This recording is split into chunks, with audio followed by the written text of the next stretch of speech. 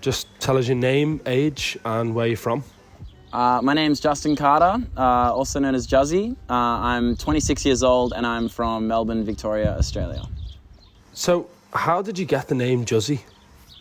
I actually got the name Juzzy from my uncle, but I gave it to myself, as lame as that sounds, because when I was entering high school at 12 years old, that was the peak Justin Bieber fandom. And as a 12-year-old insecure boy, I did not want to be associated with the name Justin Bieber, so I gave myself the name Juzzy to avoid any of that. And it's just stuck to this day. I don't know if I will be a 50-year-old Juzzy, but we'll see. So, tell us about growing up. What was it like, and when did you start scootering? I grew up on the Mornington Peninsula, and I had a really good upbringing. I do remember being really young and just being so enthralled by seeing the skateboarders in the street. And when I was about 5 years old, my cousin gave me his skateboard as a secondhand gift, and I was in love, and I skated every day until I was about 11 and 12. And at that point, I remember seeing a lot of scooter riders, and I was like very confused because I thought scooters were for kids, but I was super psyched about it because they were doing tricks that I didn't think were possible, because they were doing things that a scooter wasn't made for. And yeah, it was just unreal. And I remember one of my friends who was riding a scooter, let me try, and I landed a tail whip, and I was just like love at first whip. It just felt crazy that I was doing this thing that it wasn't meant for, and I don't know, I was so hyped about it. But yeah, it was a hard transition. I remember making the decision to switch from skateboarding to scootering, but what ultimately made me make that decision was that the friends I was making in scootering were amazing. In skateboarding, it was quite a bit of a gnarlier environment. You had to kind of prove yourself. The people weren't as friendly, but even at that time at scootering, we were all hated. Everyone hated all the scooter riders. So any friend that you made who was a scooter rider was also being bullied. So there was this sense of camaraderie, and it was just very friendly, and people were really nice, and it wasn't so negative. And I was just kind of mostly hyped on the sense of community that I was experiencing as an early scooter rider. And yeah, I think I started scootering at about 12. Around 12, yeah. Besides scootering, who are you as a person? I guess that would all have to do with how I was brought up. I mean, I've lived in a family full of, I guess I look at them as intellectuals and creatives and stuff. So they brought me up on a lot of pop culture. My family are very obsessed with books and film and art and music, and, grew up going to musical theater and the ballet and all this different stuff. So I have quite a wide, interest in lots of different things. If it's art, a lot of my inspired, deck designs, from French Impressionist artwork, which was, and I got really into that because of my mother, and my music taste is all from my father. And who I am out of scootering, I'm not really sure, but I have a hell of a lot of interests in film and music, and that's generally what I'm doing if I'm not scootering. Listening to music, watching films. I'm always watching movies, Most days I'm watching a new movie, and but I'm super interested in everything. I always like to go rock climbing with friends, or surfing, or skating, or just doing anything. I feel like life is about trying new things and getting out of your comfort zone, so I'm always down for just trying everything and making the most out of my days, How did your parents contribute to your journey and the path that you paved for yourself? My parents were definitely very key in bringing me up as who I am as a person now. The thing was that they definitely didn't want me to ride scooters or skateboards. That's definitely not the future that they saw for me at all. I think my family are very intellectual. Every single day, they're just reading. I grew up as a kid, and I'd be in the living room, and my mom, my sister, and my dad, all they're doing is just reading, just sitting down reading. That's all they do. And I hated that as a kid, because all I wanted to do, growing up in Australia, sunny outside, I just wanted to be outside doing stuff, if it was skateboarding, if it was surfing, it was just doing anything. I just wanted to be outside, and they didn't do that. They did no sports. We never went camping. We never did any of that. So I just had to kind of create my own fun. And from a very early age, I had to learn to be independent. And the greatest gift my family ever gave me was allowing the freedom for me to be independent. You know, they weren't helicopter parents. They didn't tell me not to do this, not to do that. You know, you can't be there. You need to be home by 6 o'clock. They just let me do what I wanted to do. And they were very responsible because they saw that I was, you know, skateboarding, I was scootering, and I was being creative or being active or pursuing something, you know. The funny thing is, to this day, my parents have never seen me scooter in person or like at all. But, you know, they've watched my videos and stuff, but like, I'm kind of glad about that. As a kid, I never would have wanted them to, you know. They just gave me that freedom to go and do it myself. And, you know, I think there's a lot of parents nowadays who really kind of orchestrate their child's career in a sport, you know, and they'll drive them to the skate park and, you know, organize all the competitions and organize tours and all that different stuff, which is great. But I appreciate my family not being involved because it allowed scootering to just be my thing, you know, and not anyone else's. And they didn't interfere. They let me do my thing. They let me have my freedom. And that's something I'll always be grateful for. What artistic background does your dad have, and how did it influence your passion for scootering? I grew up into a very musical family. In my family, we had this thing called the Carter Family Band, which played at the one venue every week for like 35 years. And even before then, there were many other Carter family bands that played jazz music for generations, you know, back into like the 40s or something. So my dad was really musical. He's a music teacher. And growing up, I would always see him creating, you know, like at most schools, they would have the school musical and my dad would run that. But most schools would do like Grease or something. Whereas my dad would write the school musical. He would do it from a book he loved, like The Great Gatsby or A Midsummer Night's Dream. And he would write the script, the music, everything. He'd spend years on all of these musicals. So I'd grow up watching him in his room, writing everything, doing the music, rehearsing. And that was my childhood, watching my dad constantly play music, constantly write, constantly create. And when it came to a point in my scootering where I had the ability to kind of be a bit more innovative, I looked to my dad, you know, as like how he approached his music. You know, he could have played anything, you know. He learnt from the best and he could have copied the best, you know, and recreated the best, but he did his own thing. And when it came to scootering, I wanted to do my own thing too. And yeah, my dad was a huge influence for me to be creative and follow my path, not anyone else's path. Can you tell us more about the Full Circle grind, and how did it impact your online presence and your scootering career? The gnarliest thing about that was that like I had been looking for a full circle rail for about 2 years. I had been in America all that year, in Europe at the start of the year for like 4 months, and I was looking everywhere to do a small version of that. Like I just wanted a small full circle rail to do that. You know, I thought it'd be satisfying. I looked everywhere and I'd always find them, but there'd be something in the middle, like a tree, like a lamp post, like a light. There's never one with nothing in the middle, and I just never found it. And I had finished the All the Way video in America and I had no ender for it at all. And I was like, I don't know what to do. Do I go back to America to get a final trick to make the video more cohesive and make sense? And I was back in Australia, you know, with an unfinished video. And one day me and Max Peters were going to go ride these flat bars that we saw on a BMX rider's Instaclip. And they looked crazy. They were really big, fat, flat bars. And the night before we went, we looked at it on Google Maps on Street View. And you could see from like a bird's eye view that they were really fat rails. And as we're looking on Street View, on the bird's eye, like, you know, view, I see like to the right, there's this massive circle. And I'm like, no way. Like there's a full circle rail there. So we went there, drove like, you know, it's probably 2 hours from home, but in my city. And boom, there it is, the perfect full circle rail. But it wasn't perfect. It was huge. Like it was insane. Like it wasn't even... And I didn't even consider like the fact that I would actually do it.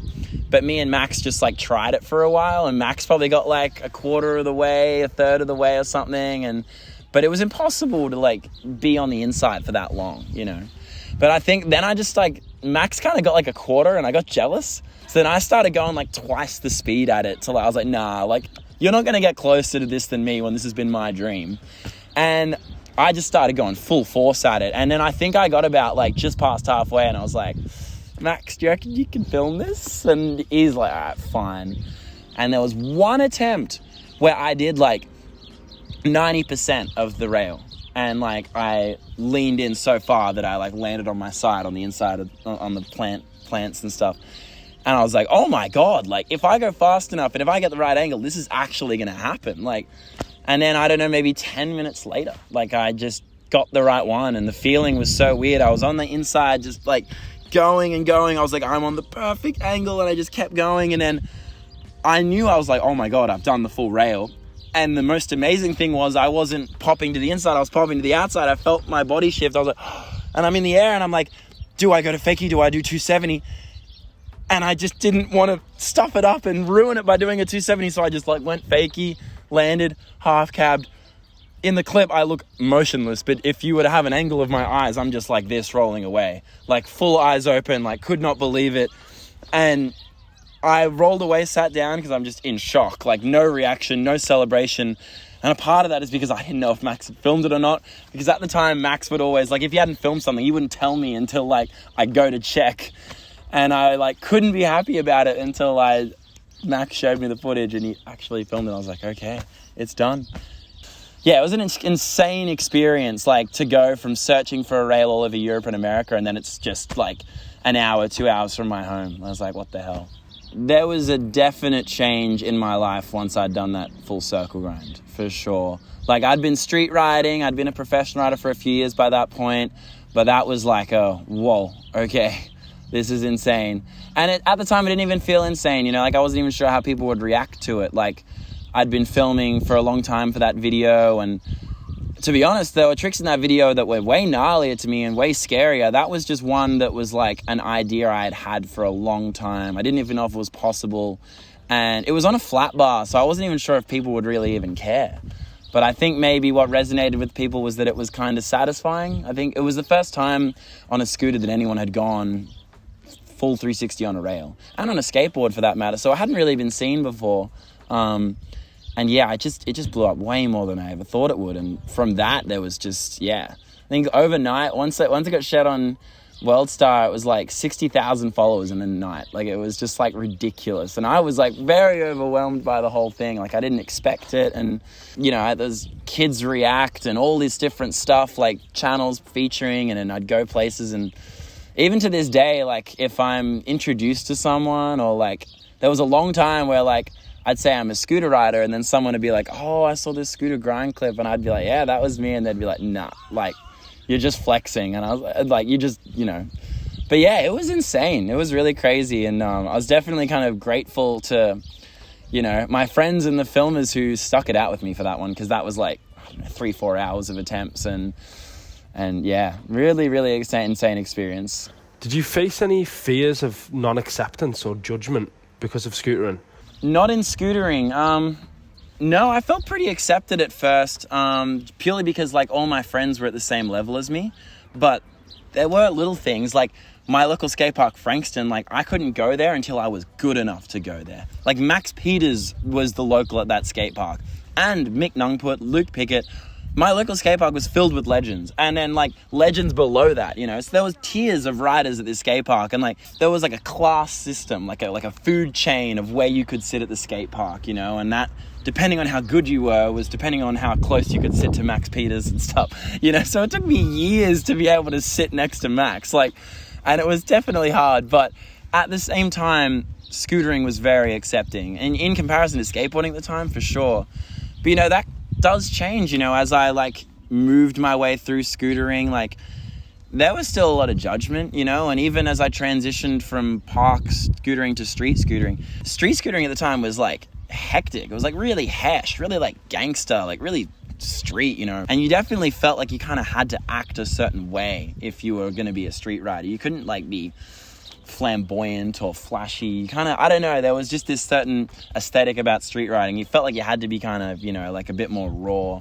So I initially, like, as much as I loved entering the street scene and making all these friends, I did feel a bit of a need to act a certain way and not particularly be myself. And that's all just like kind of internal feelings, you know, as much as it is like expectations from everyone else. But yeah, there was that kind of aesthetic that I felt like I had to kind of conform to in a way.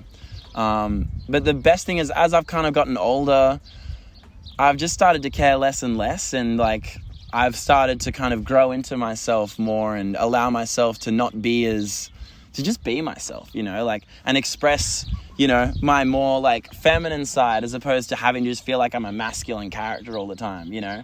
And I've definitely felt more like happy about myself and happy as portraying myself to the kids that follow me as like, you can be whoever you want. You don't need to be this masculine, crazy, like brutal kind of dude. Like, you can wear what you want. You can be like, you know, feminine, masculine, be whoever you want. Like, don't feel the need to be a certain way just because you ride with certain people or you're in a certain scene. Like, you can do whatever you want.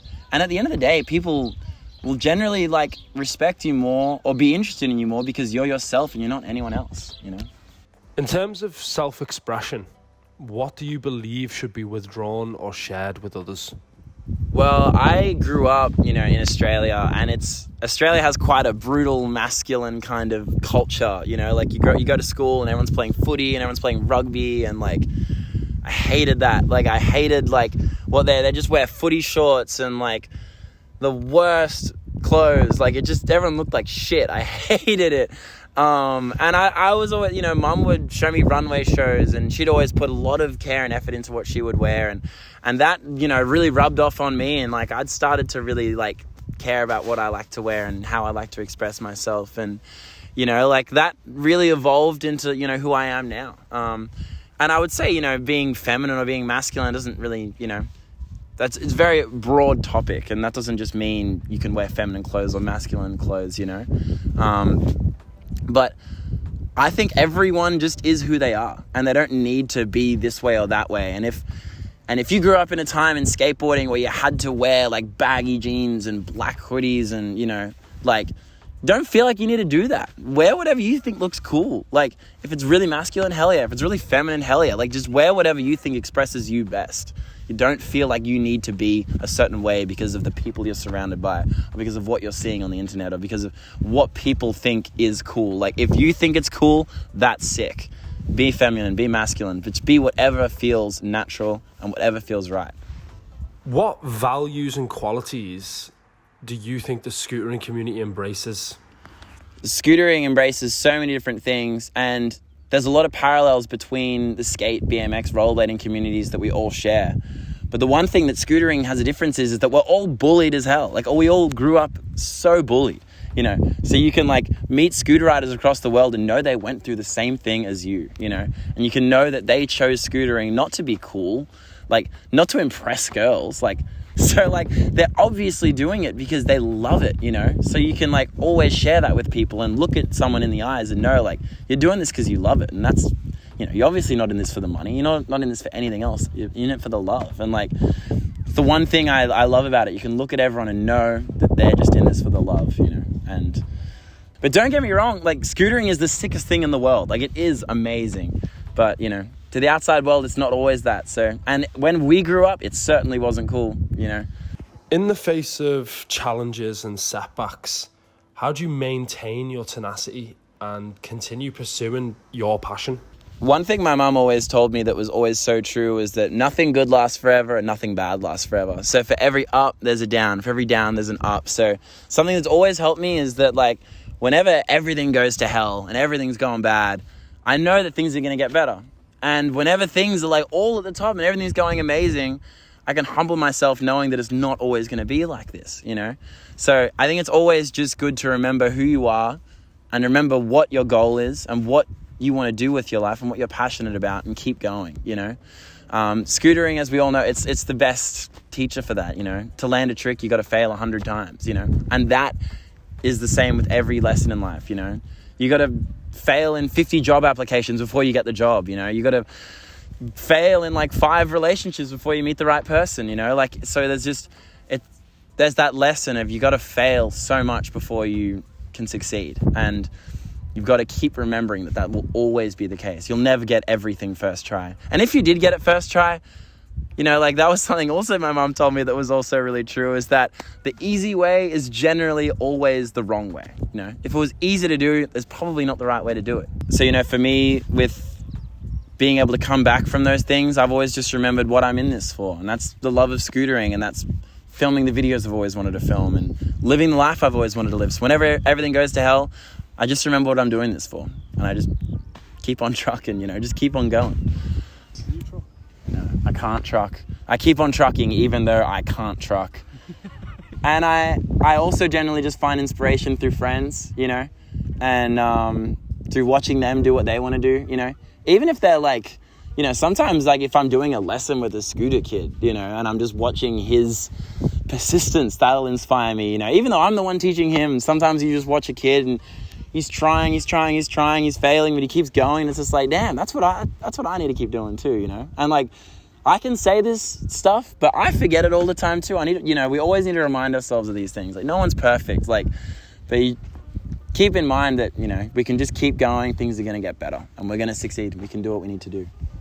How did art play a role in connecting cultural influence to scootering in your life? Well, as you kind of grow up watching skateboarders, watching scooter riders, watching BMX riders, you just kind of look at them like they're athletes. And when I've gotten into the position where I am like a professional scooter rider, you realize that's like not the case, like at all. Like, and you realize that like the people you admired your whole life, like Tony Hawk or Rodney Mullen or whatever, like they are artists, you know. Like you have to be an artist to do this kind of thing. Like what it takes to create a trick, what it creates to create a video part, to create a line, something as simple as that. It's all creative thinking. It's all ingenuity, and it's all, you know, authentic to that person. Like, you know, no one's going to be able to recreate it. Like, and I mean, I've always been inspired by so many of my favorite skateboarders, you know, like Richie Jackson, Matt Tomasello, even like some of the gnarliest skateboarders, like, you know, like Andrew Reynolds or Jamie Thomas or Chad Musker or whatever, you know, like they've always inspired me hectically. But, you know, and if it comes to other artists, it's always been like filmmakers and stuff, and what they put into their films, you know, like how they work on their craft and how they make it theirs. Like, you know, you can tell a Hitchcock movie apart from a Tarantino film or a Wes Anderson film, you know, because it's them, because it's the little things. And sometimes it's the little things you can't even describe that make it their own. And you can say that for every rider. Like you could look at Rumet Salik or Richard Zelenka or Dylan Morrison,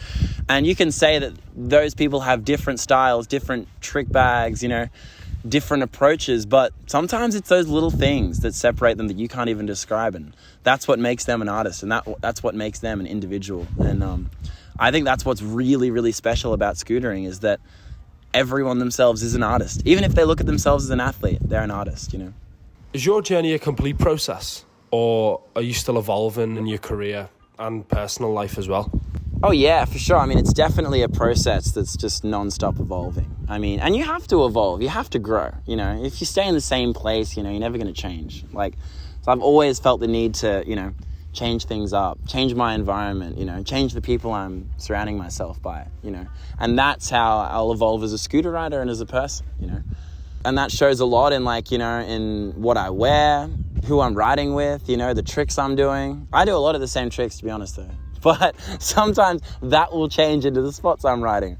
But I think it's so crucial to be constantly evolving and changing, because otherwise, who wants to stay in the same place their whole life, you know?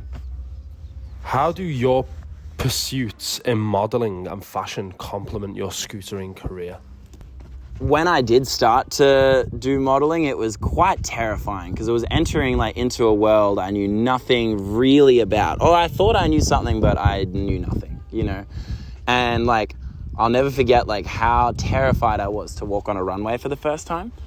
And funnily enough, like my first runway show I did in Milan was like not too long after I'd done El Toro. And one of the dudes I was living with in the model apartment at the time, who was like a really seasoned like model, like he'd done so many fashion weeks, and he was telling me, you got to walk out there like you're king of the world, like no one's better than you kind of thing. And like, he was like, what's the most gnarly thing you've done in scootering, and how did you feel like when you were rolling up to that thing? And I was like, well, that was El Toro, that was like 2 months ago. And he's like, and you had to be like, you know, like strong for that, didn't you? I was like, yeah. So when I did my first runway, I like was standing in the line with all the guys, and I was just like pumping myself up like Rocky or something like that. And I was just putting myself in the position of when I was running up to El Toro, like about to do it. Like, this is it. You are strong. You can do this. Like, you know, you had to have that confidence, like to do it. Like, and I walked pretty well that night, I think, you know, because like I had the confidence. Like I was like walking out like strong, like you got this, like, you have to do this, like, this is it, like, you know. I think that's the one parallel I can really draw between the two lives, like between fashion and scootering, is that confidence that you need for both things, you know. If you really want to send something in scootering, you got to be strong, you got to be committed, you got to know what you're doing, you got to be ready. And it's the same for runway. You can't walk out there being insecure and being all weird and nervous. Like, you got to want this, you got to go for it, you got to be there and ready. What do you appreciate most about the impact that you've had on the scootering community so far? Well, I mean, in terms, like, you ask about, like, the impact I've made, like, I'm most stoked on just the video parts I've created, you know, and, like, the fact that they've inspired some people, you know, to ride and to film and to get out there and to be creative. Like, some of the coolest things I see is, like, in my DMs every day is kids riding, like, weird rails, like sending me them grinding a chain or them grinding like a bike rack, you know, and them sending it directly to me. I'm like, that's sick. Like, you're going out of the way. Like, you're not just grinding the flat bar. Like, I'm hyped I've made, like, some kind of impact in kids to kind of think differently and to ride some different stuff and to grind some weird stuff. Like, I'm most grateful to have been a part of scootering. Like, growing up and watching all my idols and watching them travel the world in scooter and, like, do that, like, to now, like, have lived that life, is like, I couldn't think of anything I'd be more grateful. Like, to have made the friends I've made, to have traveled to the countries I have, like, to have ridden the contests I have, the events I've dreamed of going to, like, could never be more grateful to have lived the life I have. But to know that I've made some kind of impact, and if that impact is just inspiring a few people to film some videos and to get out there and have a good day and ride with their friends and play scoot, like, that's sick. Because that's the impact that my favorite riders had on me, and to kind of allow that to kind of go full circle, like, that's a dream come true, you know, like. And I hope that there's more pro riders to come, like, and live the same life that I've been privileged to live, you know, because it's a good life and it's a good experience, and, you know, it's not over, but I'm glad it's happened so far.